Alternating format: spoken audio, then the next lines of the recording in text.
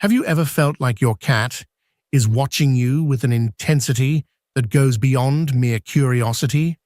Or perhaps you've had the eerie sensation that your cat sees something you can't, something invisible, mysterious, maybe even otherworldly.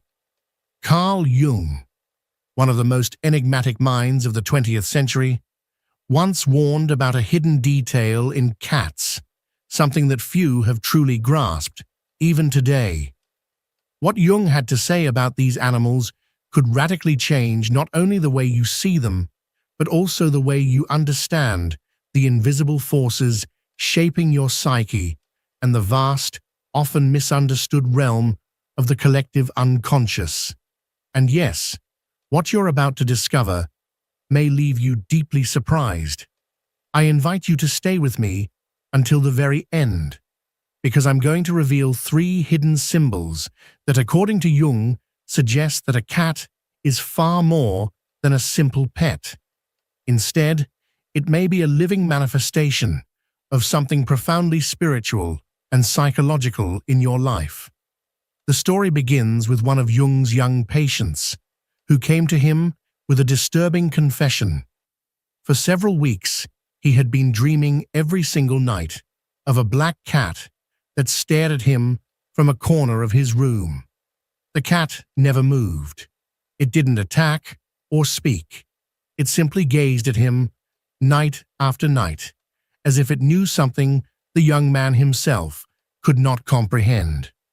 Most people might dismiss such a dream as a strange coincidence or a meaningless product of imagination. But Jung did no such thing. Instead, he fell silent, thoughtful, and then replied with a sentence the young man would never forget.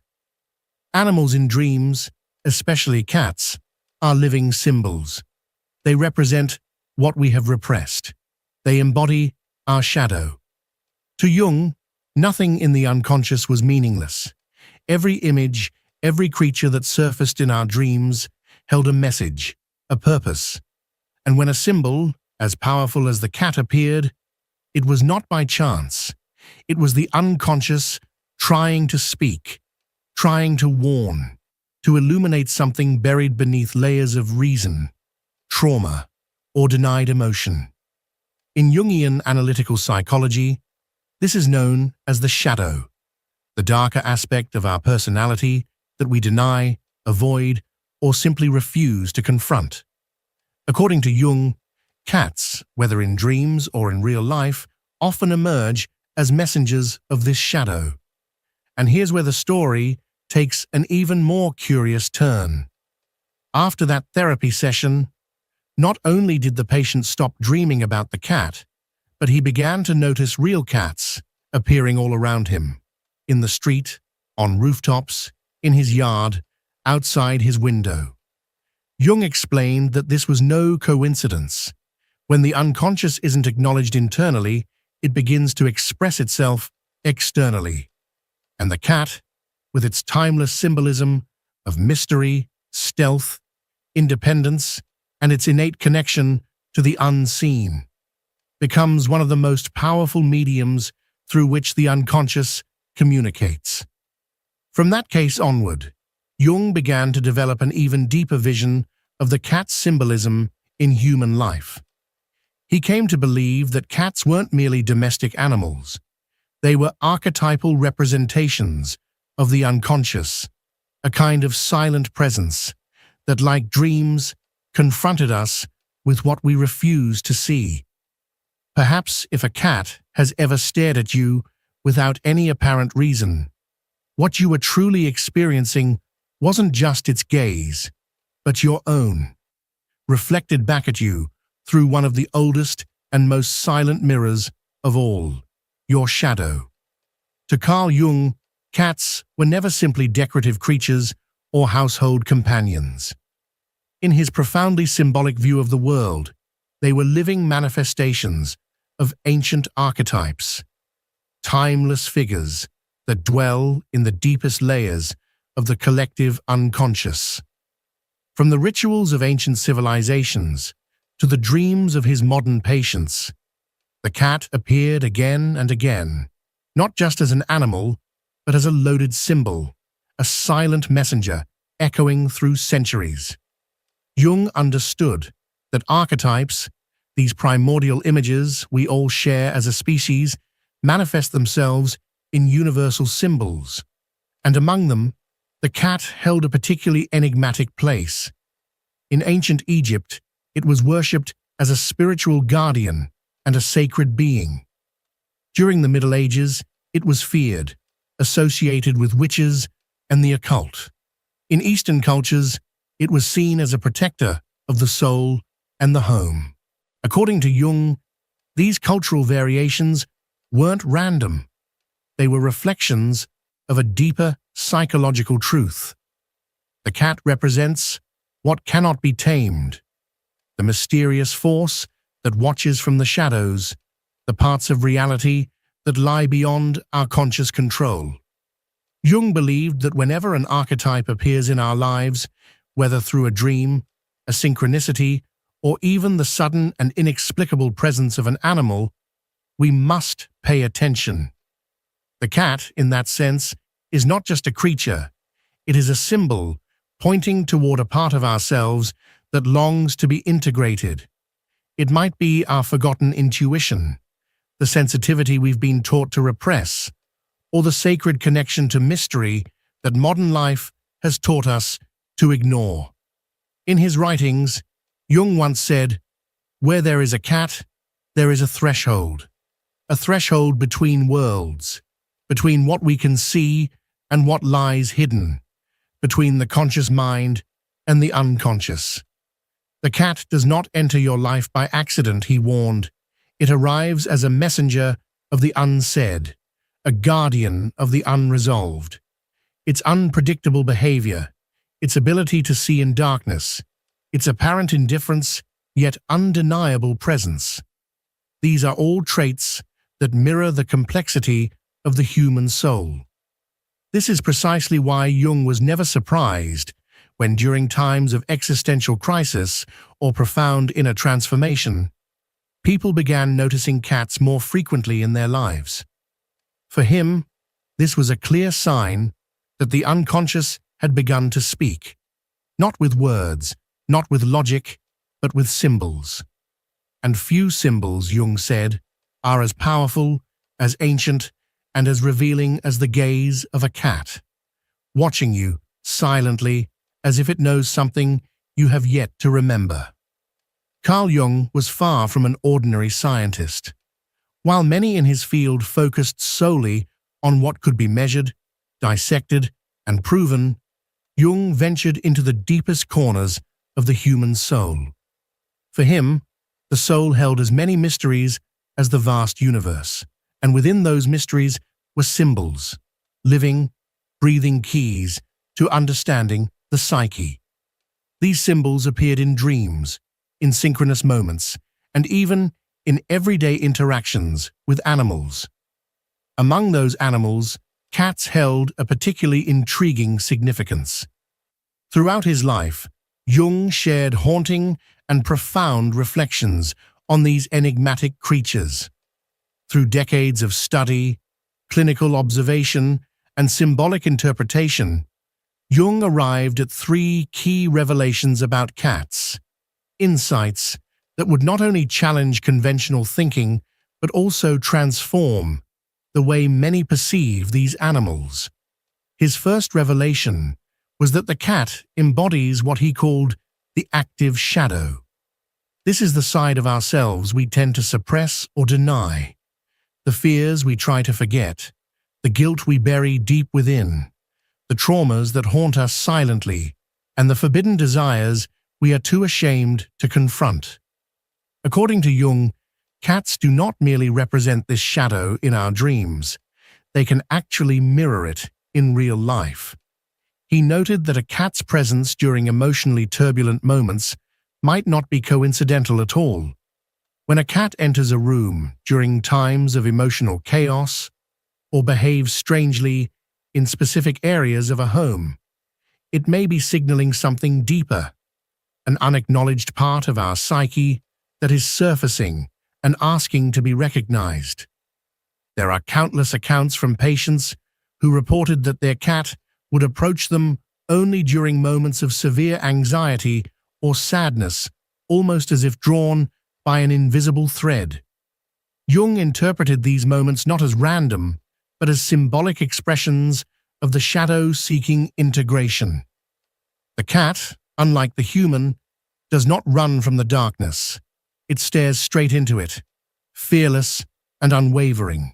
Jung's second revelation about cats is equally fascinating. He believed that the cat functions as a living channel of deep intuition. While humans are often lost in thought, buried under responsibilities, and governed by the ego, cats remain tethered to something far more primal and essential. Jung described animals, especially cats, as beings who exist in a state of purer consciousness because they are not ruled by the fragmented self-image that dominates human awareness. And in the case of cats, this pure consciousness is especially sensitive, almost otherworldly. When a cat silently enters a room and fixates on an empty corner, Jung suggested it wasn't staring into nothingness. Rather, it was perceiving something beyond the grasp of rational understanding, something invisible to the human eye but present on a symbolic or energetic level. For him, cats were like spiritual antennas. They detect subtle shifts in the environment, emotional undercurrents, and symbolic presences that elude our ordinary senses. Their reactions come from a place beyond logic, deeply instinctive, rooted in the collective unconscious. In essence, when your cat behaves strangely, don't dismiss it. It may be sensing something your conscious mind has not yet caught up with. The third revelation, the most extraordinary and spiritually resonant of all, pertained to something Jung could only partially explain with science, but deeply understood through symbolism. The cat's purr as a frequency of psychic healing. To Jung, the act of a cat purring wasn't just a comforting sound or a sign of contentment. It was something far more profound. He believed that this subtle vibration carried a symbolic resonance capable of influencing the emotional and psychological state of a human being. In his view, the purr operated like a subtle, energetic therapy, an ancient, unspoken language of healing. It could quiet the mind, soothe the nerves, and even help the soul reintegrate lost fragments of itself. Just as music or chanting can lead to trance states and inner peace, so too could the humble purr of a cat guide a person into deeper psychological balance. The rhythm of the purr, he thought, aligned with natural frequencies in the human body and psyche, restoring inner harmony in ways modern science was only beginning to grasp. To Jung, cats were not simply animals. They were guardians of the unconscious, silent observers of our emotional landscapes, and messengers of hidden truths. They walked the boundary between the seen and the unseen, between the rational and the mysterious. And in doing so, they offered us mirrors, keys, and even healing, if we were willing to pay attention. Jung believed that certain soft, repetitive sounds could act as bridges between the mind and the soul. Tibetan chants, shamanic drumming, and even mantras, in his view, were not just auditory experiences, but profound vibrations capable of restoring inner balance. To him, sound wasn't merely a physical phenomenon, it was a carrier of energy that reached deeper layers of consciousness. Within this context, the purring of a cat, a steady hum emitted when it's relaxed, at peace, or near someone in pain, was far more than a sign of contentment. It was a healing frequency, a sacred resonance that could subtly harmonize the emotional field of anyone who listened with openness and sensitivity. Today, science is beginning to explore these ancient intuitions, discovering that the frequency of a cat's purr typically ranges between 25 and 150 hertz, a range that has been shown to aid in the regeneration of tissues and the reduction of stress. This modern confirmation of ancient knowledge didn't surprise Jung. Long before these discoveries, he had already sensed the spiritual essence behind this phenomenon. For him, the purr was like a silent prayer, a vibration that originated not from the cat's body, but from its soul. It was a frequency that bypassed logic and reason, speaking directly to the hidden layers of the psyche, to the very depths of the human spirit. Carl Jung saw three fundamental revelations embodied in cats. They served as shadows, intuitive channels, and spiritual healers. Their presence was not something casual or mundane, but a meaningful encounter with something greater. For him, every cat that entered a person's life was a living symbol of the mystery that resides within each of us, a silent mirror that guides, confronts, and sometimes even heals us. Their appearance, far from being mere coincidence, was a form of dialogue between the visible and the invisible, a quiet invitation to self-exploration and introspection. Perhaps this is why, when a cat stares at you from a dark corner in complete silence, it is not looking at what's in front of you. It is seeing something within you. For Carl Jung, knowledge was meaningless unless it could be lived. Symbolic revelations, no matter how profound, had to be integrated into daily life. And animals, especially cats, were not exceptions to this principle. In Jung's vision, the symbolic dimension of life was not just a philosophical idea, but a path to personal transformation. Everything had meaning, and every encounter had the potential to reveal hidden aspects of the soul. If these feline creatures truly embody aspects of our shadow, channel deep intuitions, and emit healing vibrations, then their presence in our homes should not be taken lightly. Jung didn't offer rigid rules, but gentle invitations, ways of seeing more consciously, of interacting with the symbolic richness of life through our relationship with cats. He believed that by paying attention, by engaging with these moments with awareness, we could deepen our connection to the unconscious and accelerate the process of individuation, the journey of becoming whole. One of Jung's first practical suggestions was to observe the cat as a living projection of the unconscious. In analytical psychology, everything that surrounds us can mirror internal processes. Just as dreams reveal what we feel without realizing it, the behavior of a cat can be a symbolic expression of our emotional, mental, or spiritual state. If your cat consistently avoids certain rooms in your home, shows sudden discomfort in specific moments, or chooses to sit quietly beside you during times of crisis, it might be sensing energies or emotional undercurrents that you haven't yet acknowledged. Jung emphasized that such observations were not meant to provoke paranoia, but rather awareness. The cat becomes a subtle mirror of the unseen, a barometer of the invisible. It reflects what lies beneath the surface, what we often avoid confronting in ourselves. A second practical recommendation was to keep a symbolic behavior journal. Just as Jung encouraged his patients to maintain dream journals, he also saw the value in recording coincidences, sensations, and patterns associated with animals, particularly during pivotal moments in life. If you are going through a period of grief, anxiety, or personal transformation, and your cat begins to behave unusually, this may hold significant meaning.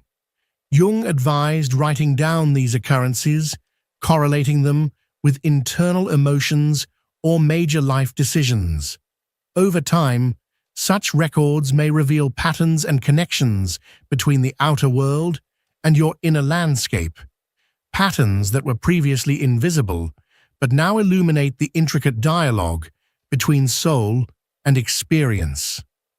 The third, and perhaps most important suggestion from Jung was to treat the cat with symbolic respect, not merely as a pet, but as a companion on the journey toward individuation. Individuation, for Jung, was the path to becoming a complete self, the integration of all parts of the psyche, including those that we ignore or suppress. If the cat represents our shadow, our intuition, and our healing capacity, then honoring its presence is also a way of honoring those hidden parts of ourselves. To caress a cat with awareness, to allow it to approach when it feels the need, to respect its choice of where to sleep, and to express gratitude for its companionship during times of sadness. All these simple actions can become spiritual rituals, acts of inner integration. Jung believed that honoring symbols activates their transformative power. When we dismiss the symbolic, we reduce it to triviality and close ourselves off to its messages. But when we approach it with reverence, we awaken its capacity to teach and to heal. This is why Jung advised seeing the cat not as just another animal sharing our home, but as a figure charged with archetypal wisdom, a silent guardian who, if treated with respect, can reveal far more than we might expect. And perhaps, after absorbing all this, you may begin to look at your cat differently, because according to Jung, nothing that appears external is truly external. Everything is a reflection of the soul, reaching out to remind you of who you are, even if that reminder comes through the mysterious gaze of a feline silently watching you from the shadows. For Carl Jung, nothing that happens in our lives is ever truly random. What many people call coincidence, he understood as synchronicity, meaningful events that occur precisely when the soul is ready to perceive them. These are not accidents. They are signs. They are mirrors that reflect something deep within us, waiting to be acknowledged.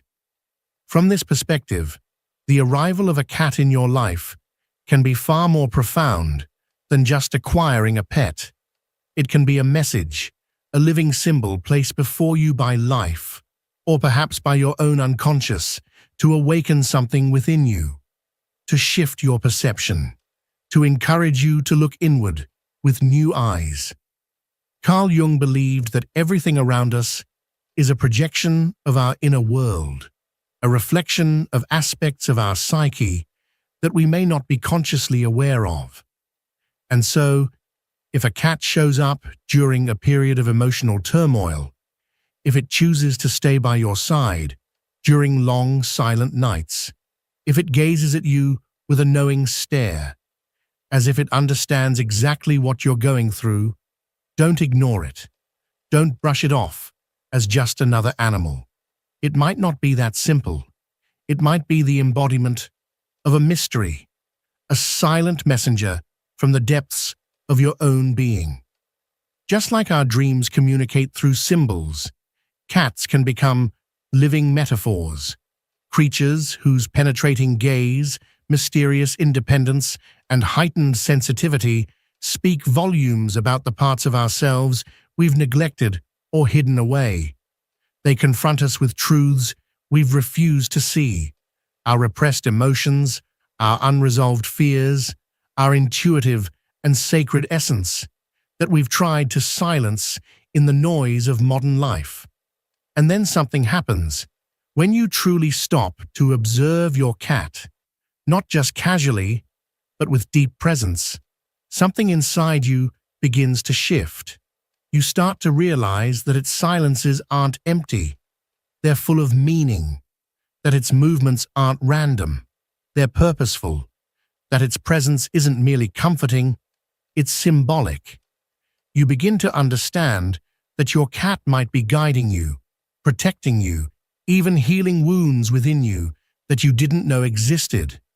Because sometimes, as Jung once said, The soul doesn't shout, it whispers. And one of those whispers may come in the soft, silent form of a cat who crosses your path not by chance, but by cosmic design.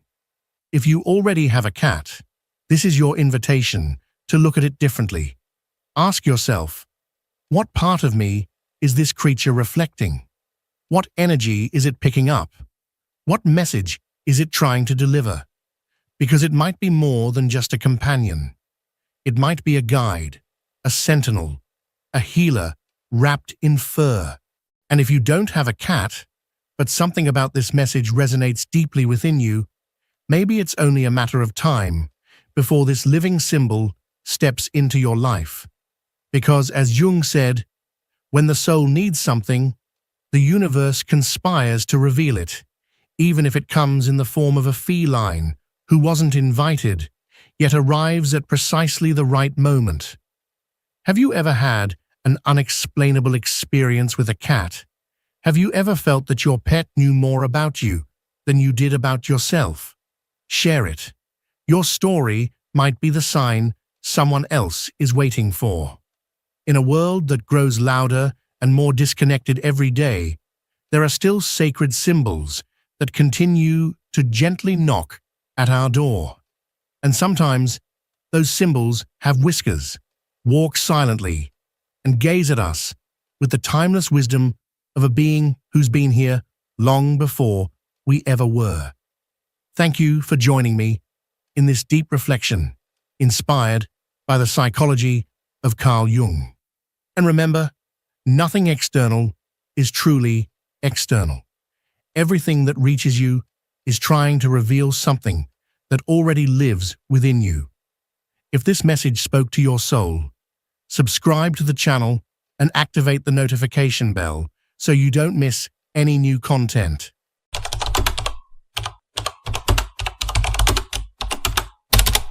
The monumental work of Carl Jung, one of the most influential figures in depth psychology, has left behind a legacy of ideas that continue to illuminate the complexities of the human psyche.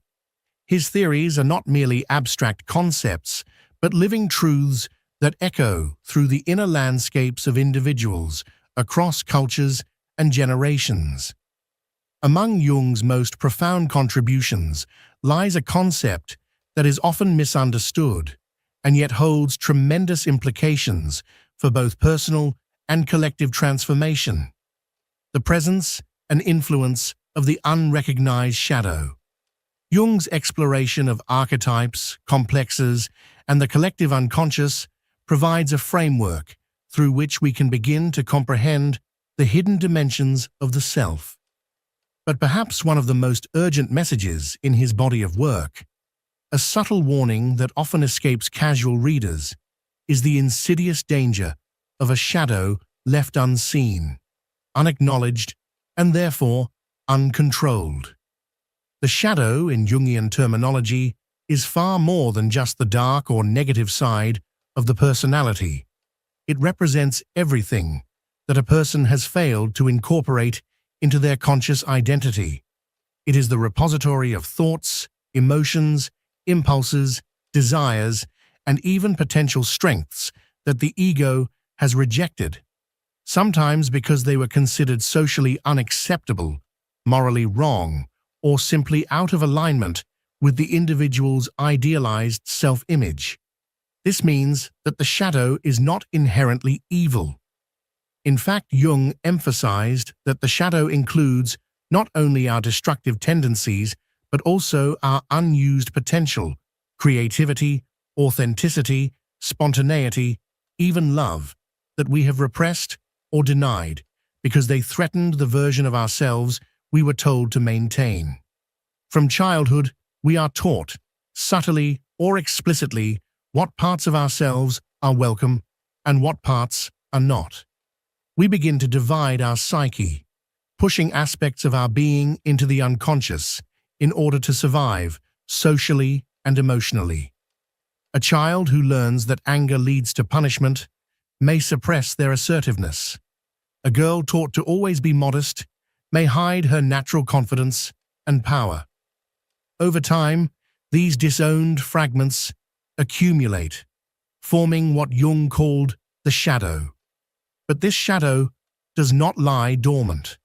Though buried beneath layers of consciousness, it continues to exert a powerful influence over our thoughts, behaviors, and relationships, especially when we are unaware of its presence.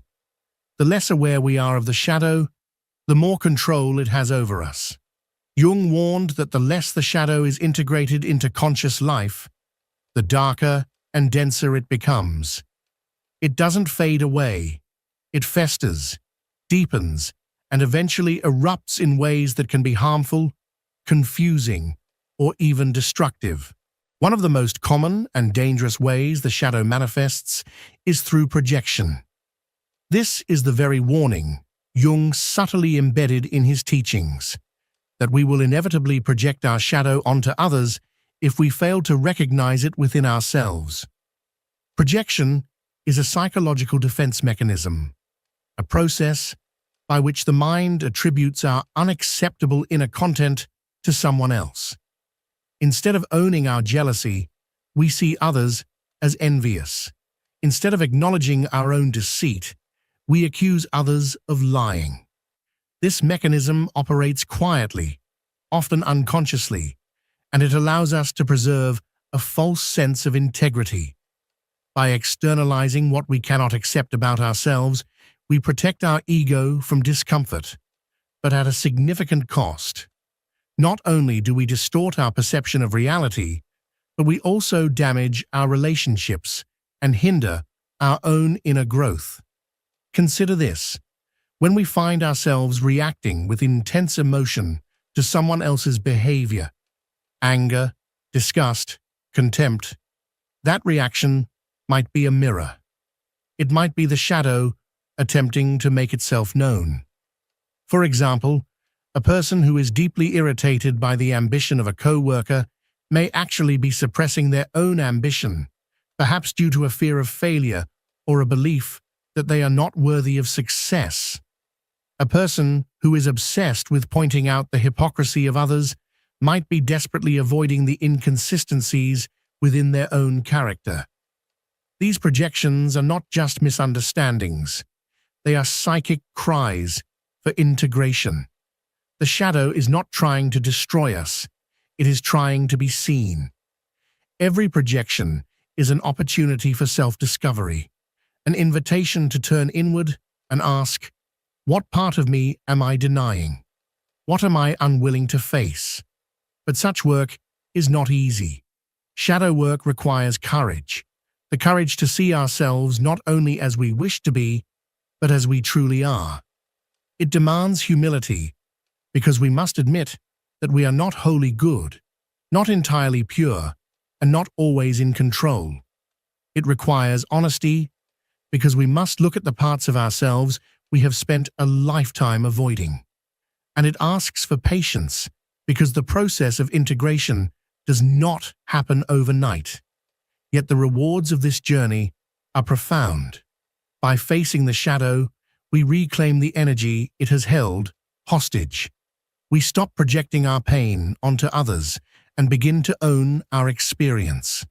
Our relationships deepen because we are no longer interacting with illusions. Our sense of self becomes more whole, more real, more grounded in truth. And from this place, true transformation becomes possible. Jung believed that individuation, the process of becoming a whole and unified self, could only occur when we integrate the shadow. It is not about becoming perfect, but about becoming complete. Light without darkness is an illusion. Wholeness is not found by rejecting our flaws, but by understanding and embracing them. The shadow, when integrated, becomes a source of wisdom, creativity, and power. In a world that encourages superficial positivity, image curation, and the suppression of discomfort, Jung's warning rings louder than ever. The shadow we refuse to face within ourselves becomes the chaos we create in the world. Wars, prejudice, hatred, violence, all of these, at their core, are collective projections of humanity's unintegrated shadow. Therefore, to do shadow work is not merely a personal act, it is a revolutionary one. Each individual who dares to look into their own darkness and make peace with it contributes to the healing of the collective psyche. We cannot change the world until we change ourselves, and we cannot change ourselves until we are willing to meet the shadow with compassion, curiosity, and courage. So the question is no longer, do I have a shadow? But rather, am I willing to face it? Because within that shadow lies the key to your liberation. And only by stepping into that darkness can you truly find your light. Carl Jung often warned that the most dangerous aspects of the human psyche are not those that we openly acknowledge, but rather those we deny, suppress, and bury deep within the unconscious. He called this hidden part of ourselves the shadow. The shadow is composed of all the traits, emotions, impulses, and desires that we deem unacceptable, shameful, or unworthy. It's the part of us we pretend doesn't exist, the part we exile from the daylight of our awareness. But this rejection doesn't make the shadow disappear. In fact, the more we repress it, the more power it gathers in silence. When we completely ignore the shadow, when we push it so far down that we can no longer see or feel it, it becomes volatile. It doesn't stay quiet forever. Jung emphasized that the shadow, when not recognized and integrated, doesn't simply fade into nothingness. Instead, it festers and waits, often emerging suddenly in moments when our consciousness is weakest, when we're tired, overwhelmed, afraid, or unaware. And it never announces its arrival gently. It bursts forth in disproportionate outbursts of rage, in sudden waves of jealousy, in acts of sabotage against ourselves or others. It may show up as addiction, as compulsive behavior, or as cruel thoughts we don't understand. These eruptions leave us stunned and confused. We find ourselves asking, why did I say that? Why did I do that? That's not me. But Jung would say, that is you. It is the part of you you've refused to see. This disconnection from our own shadow creates a fractured internal world. We begin to live only a fraction of our full psychological reality, stuck inside a narrow self-image that may feel polished on the surface, but lacks depth, truth, and soul. We lose authenticity. We become hollow versions of who we are meant to be, because we are not whole. We are divided within ourselves. But Jung's insight didn't stop at the personal level. He understood that what occurs within individuals also happens within groups, societies, and entire nations. Just as individuals project their rejected parts onto others, so too do communities, cultures, and belief systems. What we refuse to own collectively, we project onto the other races, other religions, other ideologies, other countries. This is how collective shadow is born. We see it in racism, in xenophobia, in fanaticism, in political and religious polarization. A society may condemn traits in another group, aggression, selfishness, greed, without realizing that these are the very qualities it has disowned in itself, and in doing so, it blinds itself to the full spectrum of its own identity. History is full of tragic consequences of this disowned collective shadow. The atrocities of war, the horrors of genocide, the cruelty of persecution, all have their roots in the inability of a people to confront their own darkness and instead dumping it upon others. Jung believed this was one of the most destructive forces in human history. When we attribute all evil to the outside world, to others who are not like us, we not only perpetuate division, we dehumanize. And once we dehumanize, violence becomes not only acceptable, but often celebrated. Yet within this warning lies an extraordinary gift. Jung did not see the shadow as evil by nature. It is not something to be destroyed or feared. It is something to be understood. The shadow contains not only our darkest traits, but also immense potential. The strength we denied, the creativity we suppressed, the vitality we locked away. Inside the shadow is also the gold we forgot we possessed. To integrate the shadow means to stop running from ourselves. It means turning inward, sitting with the discomfort of what we find, and embracing the fullness of who we are. This process is not easy. It requires honesty, humility, and a willingness to see ourselves without illusion. But it is the foundation of transformation. Jung called this process individuation, the journey of becoming a whole, unique, and authentic self. And there is no individuation without shadow work. There is no true healing without reconciliation with the parts we have denied. To meet the shadow is to begin the journey home to the self. The world does not need more perfection. It needs more wholeness, more people who are not afraid of their own darkness, more people who understand that healing is not found in the rejection of what is painful, but in the courageous act of facing it. Because only when we stop fearing our shadow can we finally walk in the light, not as half-beings, but as complete souls. How do we recognize and integrate the shadow? It is not a simple question, nor is it a linear process. It is a journey, one that is often painful, uncomfortable, and deeply revealing. To walk this path requires more than just interest or curiosity. It demands radical honesty with oneself, a willingness to strip away the idealized image we project to the world, and to confront the parts of ourselves we would rather ignore, deny, or bury.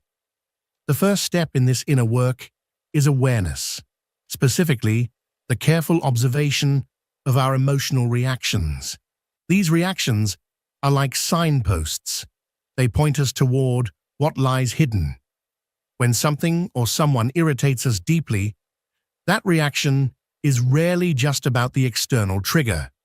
It's often an echo, an unresolved fragment of ourselves reflected in another. So, we ask, what traits in others provoke intense judgment or emotional discomfort in me? What do I criticize most harshly? What behavior makes me overreact? If someone's arrogance, for example, fills us with anger or disgust, it may be worth asking, is there a part of me that wishes to be more assertive, more confident, more visible? Could it be that I repress this desire out of fear of being judged, rejected, or perceived as arrogant myself? The shadow is subtle. It rarely screams for attention. Instead, it whispers through projection, defensiveness, and emotional reactivity.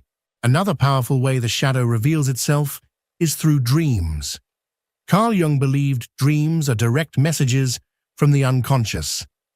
Within these symbolic narratives, the shadow often takes form, sometimes as a figure of the same gender as the dreamer, embodying traits, impulses, or fears that we have not yet owned. These dream characters are not random. They carry meaning. They represent the parts of ourselves that the conscious mind refuses to see. Paying close attention to these dream figures and the emotions they evoke can open a doorway to deeper understanding. It's not about interpreting them with rigid logic, but about feeling into their symbolism. Who is this figure? What do they represent in me? What am I being invited to integrate?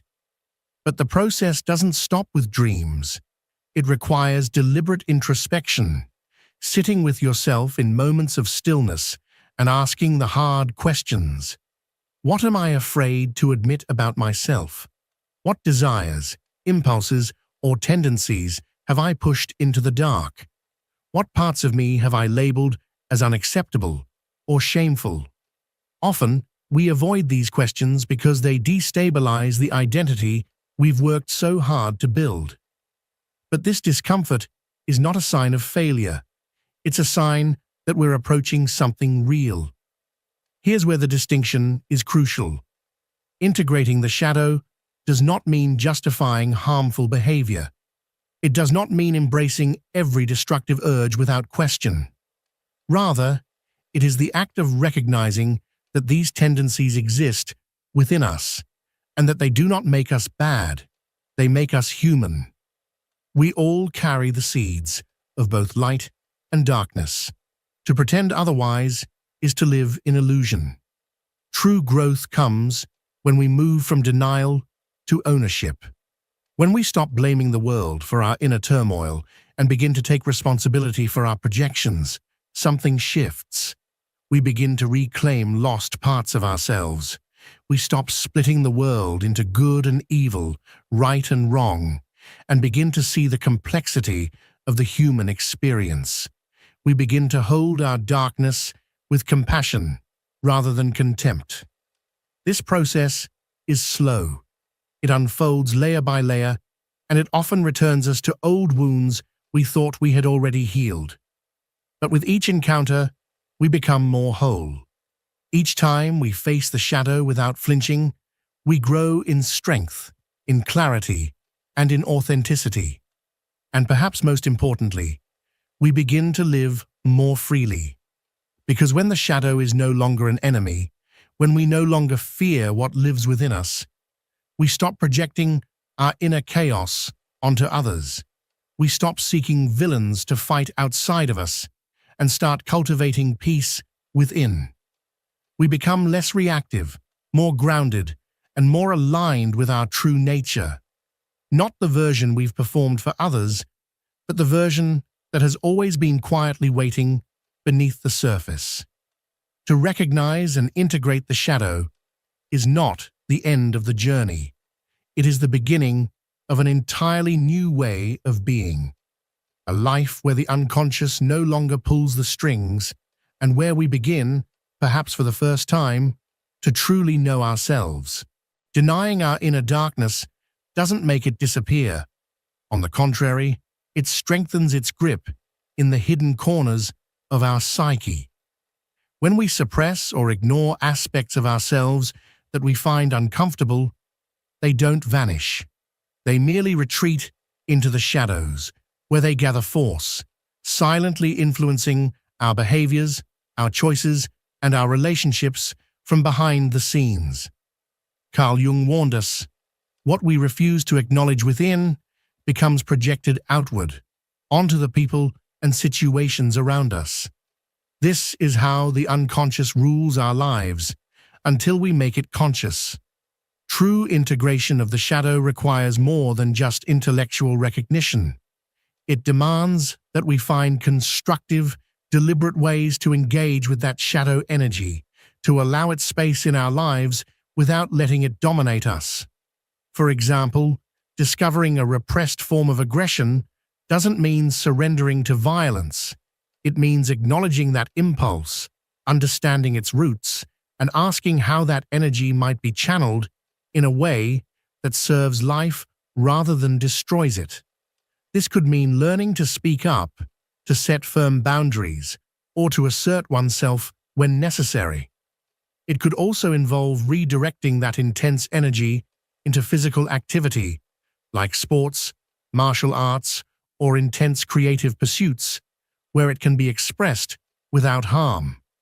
Likewise, recognizing a shadow, rooted in a deep need for control, doesn't mean giving in to manipulative tendencies. It means exploring where that desire comes from, perhaps from a childhood that felt chaotic or unsafe, and transforming it. That same drive, when brought into the light of consciousness, can become a strength.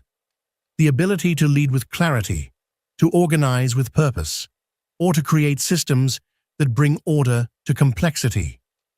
The key lies in transmutation, not repression. But here's the truth many avoid. Integrating the shadow is not a one-time revelation. It's a lifelong process, a journey of returning again and again to the parts of ourselves that remain hidden or misunderstood. It requires immense courage, deep humility, and above all, an unwavering commitment to personal truth. We must be willing to face our contradictions, to sit with discomfort, and to accept that we are not solely the light we like to show the world. We are also the dark we'd rather ignore. And yet those who walk this path will tell you the rewards are profound. As we begin to integrate our shadow, we become more whole, more authentic, more resilient. We are no longer ruled by unconscious impulses that sabotage our lives. Instead, we gain choice, real choice, in how we show up in the world. Our relationships improve because we no longer project our unresolved pain onto others. We stop seeing enemies in every direction and start seeing people for who they are, not through the lens of our own woundedness. More than that, a vast reserve of psychic energy is freed. Energy that was once spent on denial, repression, and inner conflict is now available to us. We feel more alive, more creative, more deeply connected to our own essence. This is not a superficial transformation. It is the foundation of true psychological and spiritual growth. Jung spoke often about the danger of the unrecognized shadow. He saw clearly that much of the darkness we perceive in the world is a reflection of the darkness we refuse to acknowledge within ourselves. This insight is not a condemnation.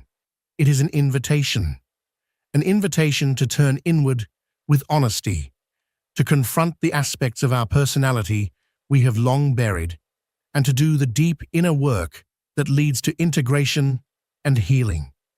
Because when we recognize our own shadow, something miraculous happens. We stop fearing the shadow in others. We stop reacting with judgment and start responding with compassion. We create space for dialogue, for empathy, for real connection. We begin to weave a new kind of fabric in our relationships, one rooted not in perfection or idealization, but in mutual understanding and acceptance. This is the beginning of a more conscious humanity. And in the end, the shadow, once illuminated by the light of awareness, reveals its hidden gifts. It no longer needs to be a source of shame, fear, or destruction. It becomes instead a source of strength, creativity, and wisdom. The very energy we once feared becomes the fire that fuels our transformation. This is the paradox at the heart of Jung's work. What we most fear within ourselves is often the gateway to our deepest power. The shadow, embraced and integrated, becomes an ally. And in doing so, we reclaim our wholeness, not as perfect beings, but as fully human ones, capable of holding both light and dark in balance.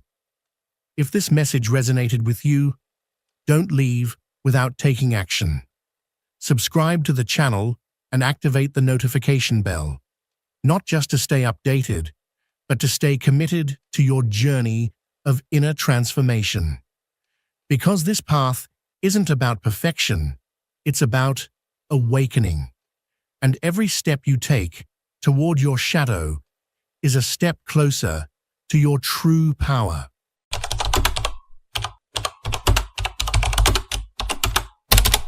What you're about to hear isn't just another message about kindness and unconditional love. It's a deep dive into the human psyche, revealing a truth Carl Jung, one of the greatest psychologists in history, discovered after decades of studying the soul. If you've ever felt that your kindness turns against you, that people mistake your nobility for weakness, or that the more you give, the less you receive, this message will show you why. Jung noticed a disturbing pattern. He saw it clearly in his patients. Those who believed they were too good were often the ones suffering the most. But what does it really mean to be good? In today's world, we've created an idealized image of goodness, someone who's always available, who never says no, who forgives without hesitation, and who constantly puts others before themselves. Jung realized that this version of goodness wasn't just wrong, it was dangerous. Because when we confuse kindness with self-sacrifice, when we see love as the absence of boundaries, we become our own executioners. Jung uncovered something deeply unsettling. The more we strive to be perfectly good, the stronger our shadow becomes. That hidden part of us we deny, suppress, and try to bury beneath layers of forced niceness. It's like trying to hold a ball underwater. The harder you push, the stronger it fights to rise. Picture your kindness as a bright light. Society teaches us that to keep that light on, we must shut off everything else: our anger, our needs, our limits. But Jung saw how flawed this idea was. True kindness doesn't come from denying who we are. It comes from embracing every part of us. How many times have you heard that voice inside whispering, "Enough," only to silence it because a good person wouldn't think that way? How many times have you buried your anger, your frustration, your pain, thinking these feelings make you less worthy? Every time you reject these parts of yourself, you don't become better, you become more broken. This message isn't telling you to give up on being kind. It's calling you to awaken from naive kindness and transform it into something deeper, stronger, and more complete. Because true kindness isn't the absence of darkness, it's the ability to integrate every part of who we are into a whole. What you're about to uncover might shake the foundation of everything you believed about goodness. It might challenge old beliefs about love, sacrifice, and authenticity.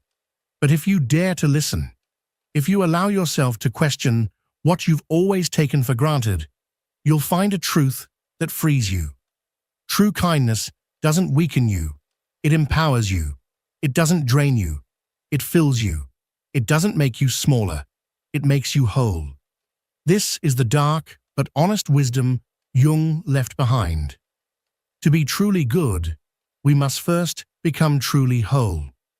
And that journey begins by facing the shadows we've worked so hard to deny.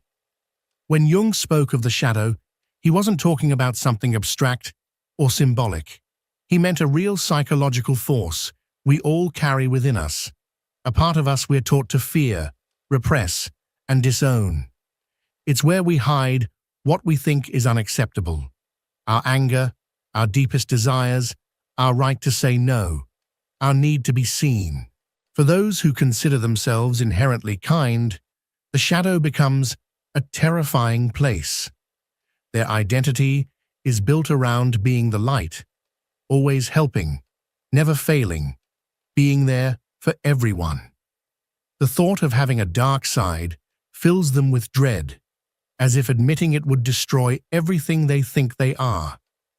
But this denial comes with a heavy cost. When we reject our shadow, when we pretend it doesn't exist, it gains power. It becomes uncontrollable.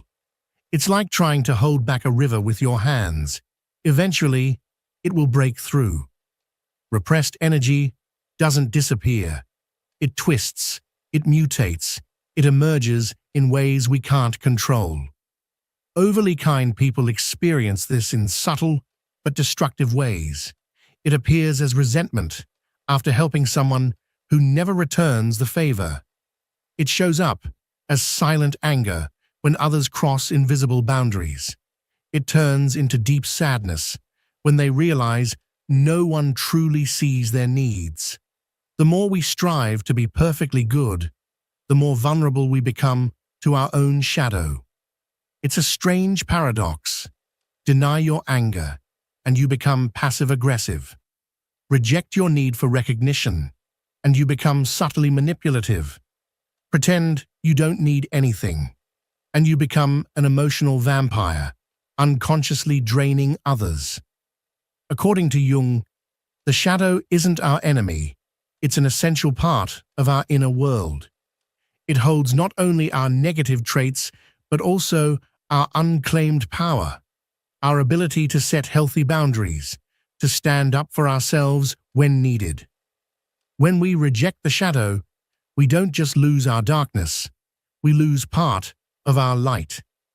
Imagine someone who's spent their whole life being the good one. They were taught that anger is bad, that setting boundaries is selfish, that their needs come last. This person doesn't just suppress their anger, they suppress their personal power, their ability to say no, their right to take up space. Their kindness becomes a self-made prison. Jung understood this isn't real kindness. It's fear disguised as virtue. Fear of rejection, fear of conflict, fear of not being enough. Truly kind people aren't those who never get angry or never set limits. They're the ones who've learned to integrate all their parts into a coherent whole. The shadow, when acknowledged and embraced, becomes a wellspring of strength. It's like a dark garden.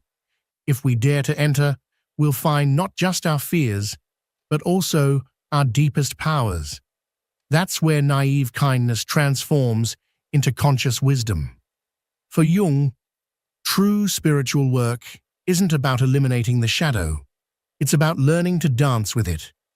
It means recognizing that our ability to feel anger is just as sacred as our ability to love, that our boundaries are just as important as our generosity, and that our need for recognition is just as valid as our desire to give. This is the first step on the path to a more authentic and powerful kindness, realizing that the shadow is not your enemy, but a part of you that has long waited to be seen, embraced, and honored. And when you finally dare to meet its gaze, you'll find that what you feared the most might be exactly what you needed to feel whole. Blind kindness comes at a cost paid not only in emotional exhaustion, but in delayed dreams, unbalanced relationships, and a half-lived life. It shows up as the constant fatigue of those who give endlessly, the silent frustration of those who suppress their own needs, and the deep loneliness of those surrounded by people who never truly see them. Think of someone who has made self-sacrifice their identity.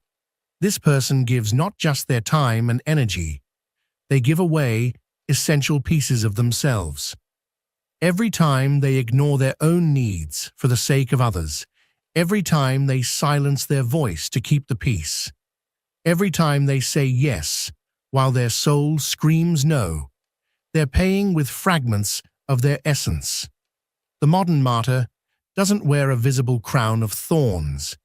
Their suffering takes the form of sleepless nights, worrying about others' problems, of relationships where they always give more than they receive, of a schedule so full of commitments to others that there's no space left for themselves. It's a way of life that society not only accepts, but praises, without seeing the deep self-neglect that lies beneath that apparent nobility. Jung observed that this pattern of self-sacrifice often has deep roots in childhood. Maybe you were the child who had to be the good one to keep peace in the family. Maybe you learned that your worth depended on how much you could do for others. These early lessons become invisible chains that bind us to self-destructive behaviors. The relationships of someone who practices blind kindness follow a predictable script. They become everyone's confidant, the shoulder to cry on, the unwavering support. But when they need help, they're met with an unsettling emptiness. People become so accustomed to receiving from them that they never even consider offering anything back. It's a unique kind of loneliness, being surrounded by people who know your kindness, but not your heart. The exhaustion of constantly giving isn't just physical. It's a soul-level fatigue that drains not only energy, but the joy of living. It's like a slow spiritual death, where the person gradually loses touch with their own dreams, desires, and needs. They become an empty vessel, existing solely to fulfill others' needs. This imbalance creates a toxic dynamic where the kind person becomes increasingly indispensable to others while becoming increasingly invisible to themselves. It's a form of codependency disguised as virtue, but in truth, it's a self-imposed prison. This person becomes a resource to others, slowly losing their own humanity. The cruel irony is that this excessive kindness doesn't just hurt the one practicing it, it also harms those it's meant to help.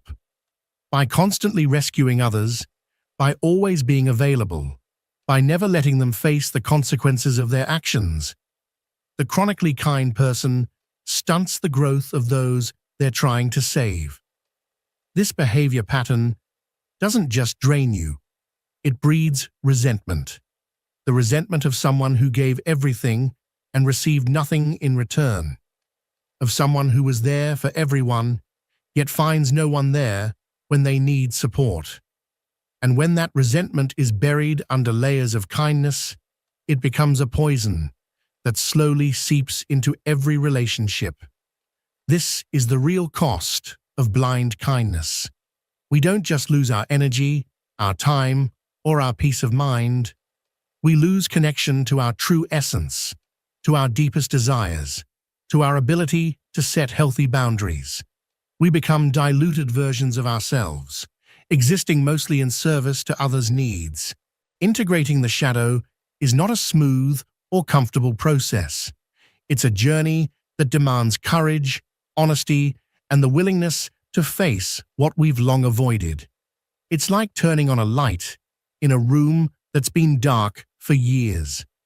At first, what we see might be unsettling, but only by seeing clearly can we begin to put things in order and transform.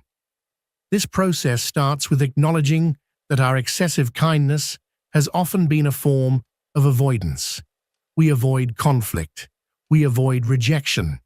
We avoid the possibility of being judged or criticized. Behind every act of excessive kindness hides a fundamental fear, the fear of not being loved for who we truly are. Transformation requires a very particular kind of bravery. We must be willing to disappoint those who've grown used to our unconditional availability. It's like rewriting an invisible contract we've upheld with the world for years. The silent agreement has been, I'll be everything you need, and in return, you'll love me.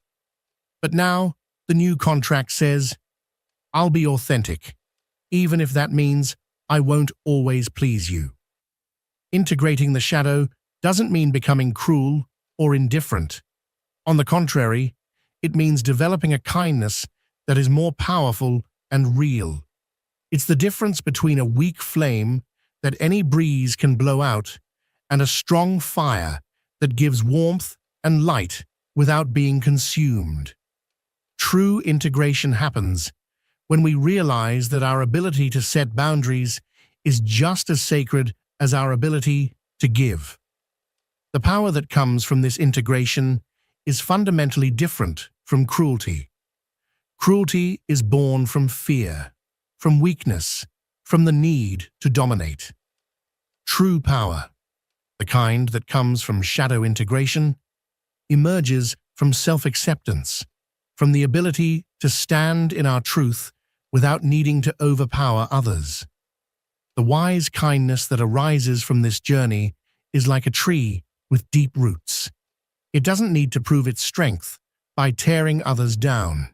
Its power is shown in its steadiness, in offering shelter when it's right to do so, and in maintaining its natural boundaries without apologizing for taking up space in the world. Those who reach this integration discover a beautiful paradox. The more they accept their darkness, the more genuinely kind they become. They no longer give out of compulsion or fear, but from a conscious choice. Their generosity flows from abundance, not from emptiness. Their compassion comes from strength, not weakness. This new way of being demands a continued commitment to authenticity. It means recognizing that sometimes we will feel anger, and that this anger can serve as a compass pointing to where our limits have been crossed. It means accepting that sometimes we will need to say no, and that this no can be just as sacred as any yes we've ever offered. Integration also means acknowledging that not all our shadow parts are negative. Within that shadow, we've feared lie our most powerful gifts, our discernment, our intuition about others' intentions, our fierce ability to protect what we hold sacred. The wise kindness that comes from integration has discernment. It knows when to give and when to withhold, when to move closer and when to keep distance. It's not a kindness that spills out aimlessly, but one that flows with purpose and awareness. It's a kindness that honors both the giver and the receiver, that sees healthy boundaries as a form of mutual respect. This transformation allows us to move through the world in an entirely new way. We're no longer the candle that burns itself out to light others' paths. We become the lighthouse, radiating our own light, guiding others without depletion. Our kindness becomes more powerful precisely because we no longer need everyone's approval or love. The true integration of the shadow allows us to be kind, not out of fear of being something else, but because we choose to be, out of wholeness. It's a kindness that includes our strength, our limits, our ability to say no, our willingness to disappoint when necessary. At its core, it is kindness born not from fear, but from truth. The establishment of healthy boundaries is a practice Jung saw as essential to psychological development. Yet, for those who've built their identity around endless kindness, setting limits can feel like a betrayal of their innermost nature. This is where ancient wisdom becomes especially relevant. Boundaries are not walls that divide us from others. They are sacred lines that define where we end and where others begin. The ability to create boundaries starts with a revolutionary act, recognizing our inherent worth. Not worth based on what we give or do for others, but the inner value that exists simply because we are. This recognition isn't selfish. It's a fundamental act of psychological honesty. When we begin to truly value ourselves, a new way of relating to the world unfolds. We no longer need to earn our right to exist through excessive goodness. We start to see that reciprocity in relationships is not a luxury. It is a psychological necessity. Healthy relationships are those in which giving and receiving flow in balance. This understanding changes the way we interact with others. We begin to realize that when we allow others to cross our boundaries repeatedly, we not only harm ourselves, we also prevent them from learning to respect personal limits. Genuine kindness includes the strength to uphold clear boundaries, because these boundaries protect both our ability to give and the dignity of those who receive. People who learn to set healthy boundaries encounter a fascinating paradox. Their relationships, though fewer, become far more meaningful. Some may drift away when we are no longer unconditionally available, but those who stay will be the ones who truly respect and value us as whole beings. The practice of setting boundaries involves developing a new emotional vocabulary. We begin to sense the difference between authentic guilt and manipulated guilt, between true responsibility and the burdens we've wrongly taken on. This process also means recognizing that our time, energy, and emotional resources are limited and sacred. We can't give from an empty well, and maintaining our boundaries is how we ensure we always have something to offer when it's truly needed and appropriate. The true protection of our kindness doesn't come from building walls, but from developing wise discernment about where, when, and with whom we share our gifts. It's like tending a garden. It requires both clear borders and constant care to flourish. When we guard our energy and resources properly, our ability to be genuinely kind grows stronger, not weaker. The alchemy of transformation is a profound process that begins when we finally allow our light and shadow to dance together. It's like watching two streams merge to create something entirely new, neither purely light nor purely dark, but a new kind of power born from conscious integration. This alchemical journey starts when we stop fighting against our dual nature. Jung discovered that true transformation doesn't happen by trying to eliminate our darker parts, but by allowing them to teach us what we need to learn. Our anger shows us where we need to set boundaries.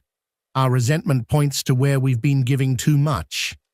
Our sadness reveals where more care is needed, and authentic strength emerges from this integration, like gold purified through the alchemical fire of self-awareness. It's no longer the brute force of aggression, nor the weakness disguised as endless kindness. It becomes a new, refined power, one that knows when to move forward and when to pull back, when to give and when to conserve, when to speak and when to remain silent. People who achieve this integration develop a particular presence. They don't need to prove their goodness or their power. They simply are. Their authenticity becomes their shield, and their truth their sword.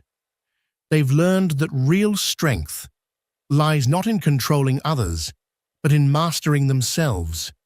The wisdom that comes from this transformation is like a controlled flame. It can warm or burn, depending on how it's used. Those who reach this state understand that their power isn't meant to dominate, but to protect what is sacred, including their own essence. They've learned that kindness without discernment is just as dangerous as power without compassion. This new way of being in the world demands constant vigilance, not from fear, but from awakened awareness. It's like tending a balanced garden. Some plants need more sun, others more shade, and the wise gardener knows both are necessary for a healthy ecosystem. In the same way, we learn to nourish both our light and our shadow, knowing that both are essential to our wholeness. The kindness that comes from this alchemy is a conscious choice, not a compulsion born of fear or guilt. It's a kindness that knows its worth, that doesn't need to prove itself constantly, that can say no without guilt and yes without resentment. It's a kindness that has made peace with its own shadow, and therefore doesn't fear the darkness in others. This transformation is an ongoing process, not a final destination. It's an eternal dance between light and shadow, power and compassion, giving and receiving. Every day presents us with new chances to refine this balance, to consciously choose how to use our power, to be kind from a place of strength rather than fear. This personal alchemy creates a ripple effect in the world around us. When we allow ourselves to be whole, we give others implicit permission to do the same. When we show that it's possible to be both strong and kind, both powerful and compassionate, we create a new model of what it means to be truly human. The final transformation leads us to a place where we understand that real kindness is not a straitjacket that limits us, but a power that sets us free. It's not a mask we wear to be accepted, but an authentic expression of who we truly are. It's a state of being where our power and compassion flow from the same source, where our light and shadow work together to create something greater than the sum of their parts. The journey we've explored through Jung's wisdom isn't just a set of ideas, it's an invitation to deep transformation. A transformation that begins the moment we accept that our kindness doesn't have to be perfect to be meaningful, that our power doesn't have to be feared to be respected, and that our wholeness includes both light and shadow. Jung has shown us that the path to a more authentic and powerful life doesn't lie in denying our dual nature, but in consciously embracing it. When we integrate our shadow, when we allow our power and our kindness to coexist, we become more complete, more capable of creating the life we truly desire. Now the invitation is to take the next step, to look within and ask yourself, what parts of you have you been denying in the name of being good? What power have you been repressing out of fear of being less accepted? What boundaries have you been avoiding for fear of disappointing others? This is the moment to remember. Your kindness does not depend on your perfection. Your worth is not defined by how much you give or how much you sacrifice. Your power doesn't lessen your capacity to love, and your boundaries do not make you any less worthy of being loved. The transformation Jung invites us to make is not a destination, it's an ongoing journey. Every day offers new opportunities to choose authenticity over people-pleasing, conscious power over weakness disguised as virtue, real kindness over automatic self-sacrifice. The world needs people who have integrated both their light and their shadow, who understand that true goodness doesn't come from repression, but from conscious integration. It needs whole human beings who can embody both strength and compassion, who know when to give and when to hold back, who understand that their boundaries are just as sacred as their ability to love. As you close this message, remember, you're not here to be perfect. You're here to be whole. And in that wholeness, in that integration of every part of you, you will find not only the strength to create the life you dream of, but also the wisdom to live it with authenticity and true power. The question now isn't whether you're good enough. The real question is, are you ready to be truly powerful? Not the kind of power that dominates, but the kind that transforms. Not the power that fears the shadow, but the one that integrates it and uses it to create something greater than ourselves.